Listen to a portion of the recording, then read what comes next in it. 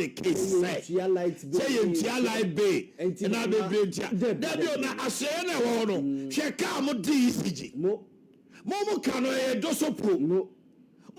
Mame Mao Aquaba, Efa Umbra Ghanaians TV GH so wafre me adwoa searching. Ebusian for Omanhene yaw Edubuache a journalist odini dwuma e Sompa FM na o de ensem bia to do a wo kire say His Excellency John Dramani Mahama onda intro na odi no. Eye taxes are or de atoto electricity so and the Ghana for ye GM ho enji ye twa ye ni ntwa chese taxes e dida enyemas wo Ghana na easy ye dinkan ka se NDC aban no omo ba dia konwa na taxes omo de gu Ghana for so no chese yentimi na yenim refree to yenso a ye refree say His Excellency John Dramani Mahama no sanso aba no. We can't think far, we can't think madness. And the NDC fought no opposition a campaign propaganda say NPP aban led by the former president na Dr. Kufuado at the taxes e kunye nti yen form mo bomba be taxes in everywhere.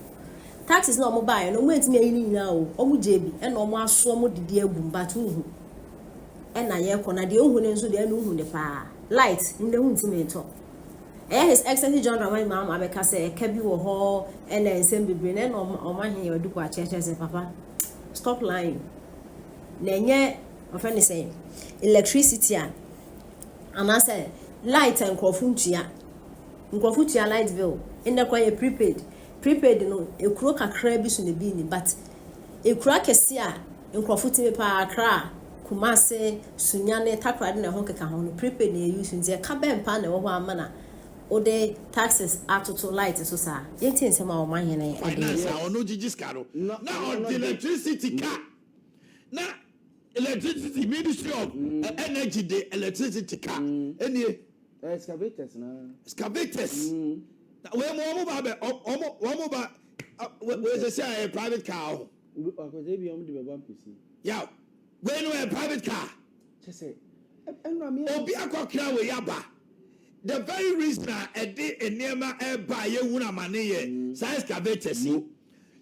And I do not mama come or mu no say penny be dia mo penny be so any mu be near and Aden yen in a Aden yen in an opa Aden yen in the daytime near Quaco in a numre.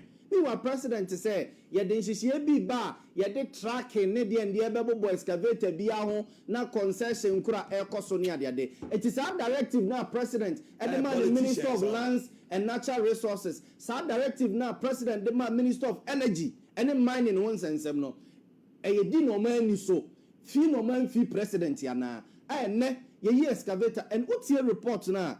Not join news, ekana. Almost see. Between a January day urban excavators are omoyino and a job abagana and yasam ketwa. Akuta na ye see a cobre. And these machines are coming. Yes, construction. Oh, yes, you pass a bibe na president eka say I be or her contractors na omo yi kwan and the end ba konta contractor yi kwan no contractor obe yi kwan e dey excavator anajo. Contractor you can excavator. Well, you know, anajo what they yede. Oh, Sekovi job ko fa yin the contract okoye na ya. Jo shop okoyi the excavator. No afa sa payload da yin egusu na ba. Anajo na ode be ba. I dey na anajo man asem amoka kire. Me Your Excellency, the answer you gave said the reason why amount for electricity tariffs any water cost no it is never true and it is never the case say light bay and I be bridge that you na asena wo no she ka mo DCG mo kano doso pro mutia ne na ECG me see do big buy o my ehuri say institutions need ya omukọ industries a Google tema e be the cap 250 million electricity akota industries asem do big ya na buy ya wo buy ya say or ECG call cashless obeka ya okache say before so obeba na ECG egi be 200 million bibi that was about 400 ultimately call 900 they call 1.2 and they call 1 point something coffee ofri on no kika be 2 billion yes and na odie yes is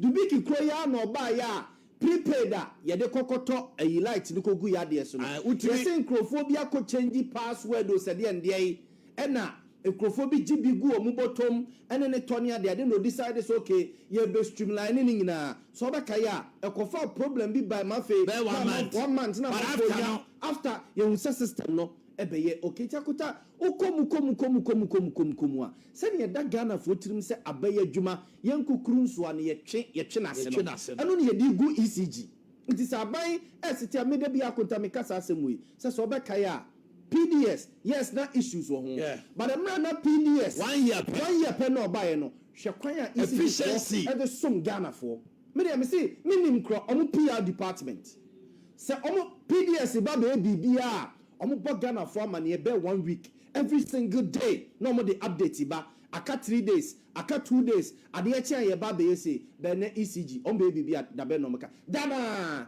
anadwo ne de omo say the release statement ye bedum hase adumase ayewi sa ne ne o customers edili sa na one o publics edili ye nyina PR no ye bi sa na wo say ye akutam de mi si ECG de unse my consistent with ECG omo ne ma ho ena nyankopon ya dom the current finance minister ena no to opposition ohun say nya Ghana for to ye ntua light bill ena ma ECG problem. So what has changed with this 7 or 8 months? Osaba ba mu ya we repeat sa de ni bio current so we cannot afford to pay the inefficiencies of ECG.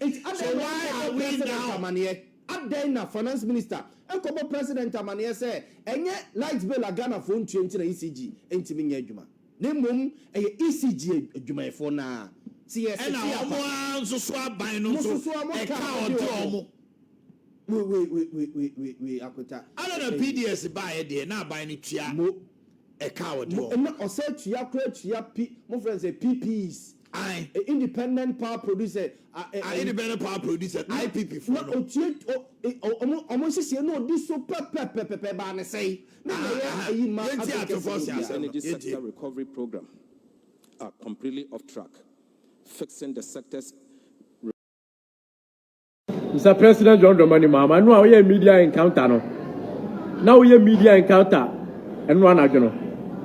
We see obi biara obeka hate speech, obi biara obeka kasafin, obi biara obeka nsem ayenim e dey afa omampanyin ho anasa abamu ni pa no. Mo be trace no. E dey IP akwa no asede ndey. Wo akwa side pa no. Mr. President, Mr. Oro de da hono. O ka asase buye na kavitira etwete e de naniaje because the boss akasa. The boss ka obiara anu atum so obian kasa ba ono de all right so when you dey ono kavitira de kasa. O the kavitira dinda ho Mr. Obi biara hwe bia comment no like no share. Kavitira de be treaty o the kavitira di o na be treaty because John Dramani Mahama akasa obian ka na nuntum naniaje. Any 3 minutes, Mr. President John Dramani Mahama. Okay, sir. Any 3 minutes, Anna. Okay, we tell ano. Akofa Dr. Mahmoud Baumia. The champion na oye na Natalia washe. To na say washe 3/4 and I said the end washe. So, Mr. President, who say enjoy you. Any 3 minutes on like the same cabin tell ano. Akofa Dr. Mahmoud Baumia. A picture better say Baumia 3/4. And I said, "Oh, to Natalia washa." Mr. President, who are you president of the Republic of Ghana? Me and me too. Mr. President, me too. We say yenya hate speech. I can on social media, but yen pay for the come what me say. Who to mo from now to account so for. What to Kevin Taylor for you because we hate speech say or catch the past vice president say Natalia washe 3/4 and answer Mr. President me to make a sancho because mabuso maga mepe. Mr. President mabuso obi biara ni ho no ma wadum pepe so na waduro no enti obi kan samfo de afa panyin ho na meya mabuso obi biara ni ho a obedi president da obi biara kwampo ni ho wa minister kwampo da o makwaduro ya assembly man mesrawo ade na kabintela kan head speech no ka tire baumia Osana kabintela niaje o ken niaje no betwete any 3 minutes on so be kan semfo ne fa baumia ho enti Mr. President tu no phone na katensa ne nkwase asem na o ka no onyai na nyaatwom no ya ode so se e ka we ne so betwesi mi fie amia ba be chime dia Mr. President mi ti krofo mom me ya me chime because of some mechanical me Min did you at the mo, Mr. President, to be crying, yes, I'm going to be good. I can be the beyond the Mr. President. Mean to be also. But I make criticize, yeah, then in your pregnant, how make can because democracy. Yeah, democracy, anyhow. But I can be telling your rights on your bit to me talk past vice president, who bet to me then Atadia Shan, no about Tony, I can send phone. By the end to me, Casa, Mr. President, you bet to me, Casa. We can talk. We can talk. But we will talk wisely. We say be our hate speech after be Mr. President, and how you use state resources and from a team will be fear. And how to receive my use data my team, be to grow from. No, but because mechanical. Kevin Taylor had the department, Kevin Taylor did demand for them from head to toe, or did him for a Cassiatem, or did the past president, Nana Kufaro didn't to talk him Pazi, or did it allow Dr. Mahmoud Baumia, or did the Biakin Japan, yet to come away, Mr. President, Munya Chamono, or Bian one more essay, Yamakwan and a quarter four. Nyakupono Hatosron, or no quan and a quarter four, the Yakupon Bedigana for you, Mubiasama, I say, yet Tete, far who gets so, God of say, no cry, I can. Kuguru ni Jaya, Kaka Subejai. I didn't think I was speaking on the media and in Katana. Onka said Kevin Taylor, una o yena Ghana for him be sued, and so soon to Mr. Jai. Kevin Taylor, una o yeno maybe, and I'm a Ghana for so just starting the year, and a Cassachusetts, Casafino, and the Kevin Taylor Jai. That was Mr. President. We are equal. Next year, we say, would the Ghana now, Unya MDC president, Unya president, no, we are Ghana president. You are serving as a president, but the way as a hypocrisy in the doors of Mr. President, mechanical. As a hypocrisy, no, Yachomono, a doors of Canopet, a damful, they are said a damful, a dear way and yet. I like the Dr. Mahmoud Babe on the Onyenipa. Nana Gufado on the Onyenipa. Can I do a Hina Japon, Mr. President, only the Onyenipa. Okay, assembly design a cabinet about Esre, Dr. Alhaji Mahmoud Bamia, Natalia Shem. Yankupon bedi Ghana for Yasama Amae. Na said the air Budia are a bonnet and chino to no anchor on all conform out what a common anchor auto. A word to the wise is enough. Then he had a hand to so a fan call a prankins Murphy. And funny honey and call a prankins Murphy and Mre, Yenin Castle. Let's give time some time. Moses say. Akufu do time and kado ba yire ko dwa ya toma okofi na mo teka mu ye dede kuremu na mo fi se audition bi na mo ye on ana na mo dwen se key fit bi na mo ye ni kuremu ye na mo so womra na obebu man mu tiri ene ye se 208 to 2012 nyame amfa akufu ado ama kamu nyina mu from 2016 to 2020 mo mu tiri na ye Ebra na MPP nam court nyina na sabi okatachie otene wan kona na watwa ne dokono ne nkate ayachi na wohwe momo ne nam court ne ye ba kuro we so no e na maso evo no e de mo asie because mo na mo wo sabi etire ne kon ne kashira mo betimi aso ade so eba ti mo nka makoma ntum yem me de mo baba 2016 nas yanu mo fuwe die sabi tire kuro mu ni bi na campus wo manya kon ne kashiri ade so we me de beso wo mo ma de hye ne me manyina bewu enu nti na mu hu ne saa no opon ye si ye nyina MPP aban andananado ne Dr. Alhaji Mahmoud Baumia etimi kura Ghana fo ne ye si wi ase wi ase nkaya na omo hu ode ne sikasem nyina sikasem to sini omutimi kura o men Akufuado ne Dr. Alhaji Mahmoud Baumia ena mudi nsɛmtwerɛfo achi ene ye dede gu wo man we mu amamu onye dede o ideas so wo de back board na aye adwuma na reflect timamufo abrabom enya ma bia adwuma ena enya mi wowei ma men kan kyerɛ me kuro mu jusufo mu so emabu na wo hokora no sabi wo na wo se wa bia adwuma wo adwuma nti ento abama wo ba emabu ne mrantie maaye wo ho untime mu omu nyina adwuma amamu eya ideas ni se wo be create nyuma ne wo de noma nipa komu han no na setena mu beba board na nya mfaso ni nsunsuanso wo temamufo abrabo so enye nnwuma bi da bi ti politician ni bi a wonam okeka ma yewe na me ba da bi nye no na edibu man eno ne Ghana fuusu ne no yes inti amamu ye nie ubetumi aye enye ya no mo hu za IMF atemoto na sabi enye nipa binumu na enimu a wo de sabi cedi ene ekosi dollar no usidi yen hyehyeye na madora no enye dey ehun han no emfa cedi nkoyere no obeje no ho why ti ehun no hwe ye nuanu ma mo complain ena 8 months Captain Smart asoja fo bi anywhere beje o man 2009 yes 2029 asoja fo bi anyi o man we why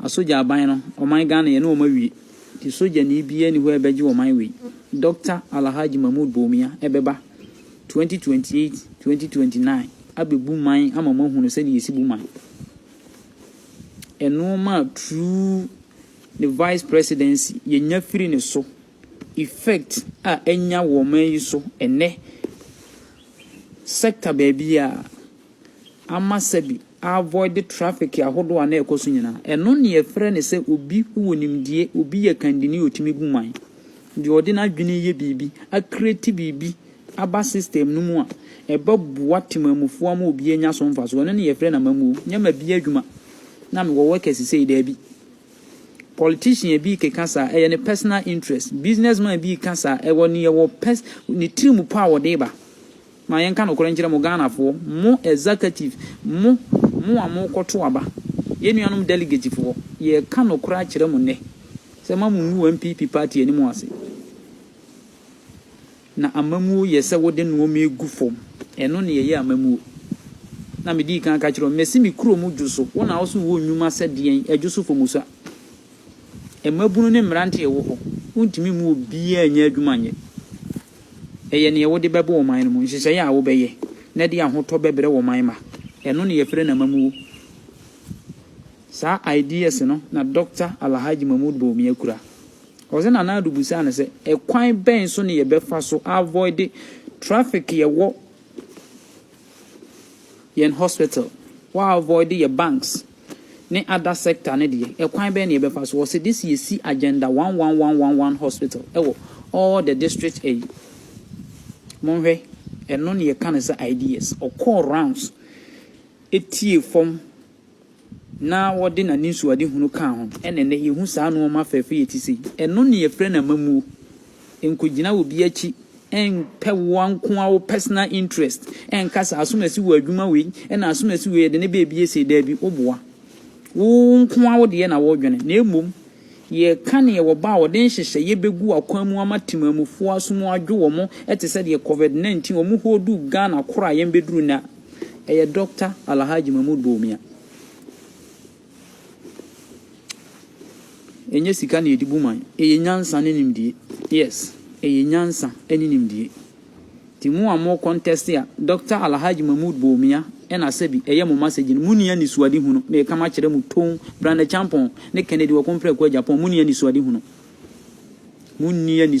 baako muntimi ye de Ghana mamo muntimi mu Ghana ndebi ni ye wo pesa wo ye no ka kyerɛ wo man no ni ye hunu se ideas se ni kurawo se na mebedi mampaninya me de bebre wo man ma na temamufu anya so mfaso enye kasa amamu onye kasa tentene mahama kan de chense ene ono ankasa na NDC fo nesu because amamu no nya kasa eye ne odi begu fom ama wo man ma eho ato wo eno nti na da bia me ye sabi akane kronkron ame back Dr. Alhaji Mahmoud Bawumia 24/7 enye de mi menya because na idea na da ne tirini na nisuade hunu ne nimdie no eye obia oba na mamu ye benya so mfaso ne benya nkaye ewo man we mu aye wure mfi eno nti ne ye ni abere se delegate amwo MPP mamu ni ya boro mamu ni mabuna boro ma munye ya bro munye ye mani nwisia ni nyanka bro ba omia eyi obi a ye di ni di oman ani mu obetima buman oye nyansafo otimi didie ni ho eba otimi hyehye no ma matemamufuo nya so mfaso eno ne ye kana mamu enye kasa ne kasa tentene ye nkotwa ntoro ento weesu ne yemfa mu nko sede mahama ba ye ankrofo su ene sikani system yi mu a even sidia omudi kogu dollar so ebe ye 419 krokro de dwonwa ne no ma bogu di egu no eno nya amamu ye nhyehye sa wode ne ewo wutirim eba board na nipa ewo man no mu nya so mfaso eno ne yefre na mamu di yesremo MPP delegate yesremo munyai krokro de dwon na mo ye Ghana fo no a ya hyehye nkrofo ntade a ye pai ezu eyeza no yesremo ne nyesika ne edibu man eyenimdie ene ne ewu betimi aye policy enye obi yire ene ye policy wo be pema mpani adi asabi enye obi yire a wati sika ware no ono wonye policy Samira Bawomi anye policy Kennedy achidifo maamudi Kennedy achie mum yen kan kire mu Samira Bawomi onye policy ye nyina ye do MPP na enye obi atiri mu poni se MPP entete empansam dabi na emum Samira Bawomi eye Bawomi ho kani onye policy ne se ne ewudi na chi no ne tiri mu adwene ne nani suade hunu ne nhyehyeye a opeso wode ba na yen a ye wo form timamufuo yenya so mfaso eno ne policy enye obi yira da patwa eno nye policy dabi yen sabesi fom okuro yi mu ye kan ne yedin akane de Japan na ni nya de nchen kufuado yen fa ne yedin mu man yen fa ne yedin emu man mo ma yen ye ho aboro na yen fa ya won hyehyeye mu nye ye ho pesemi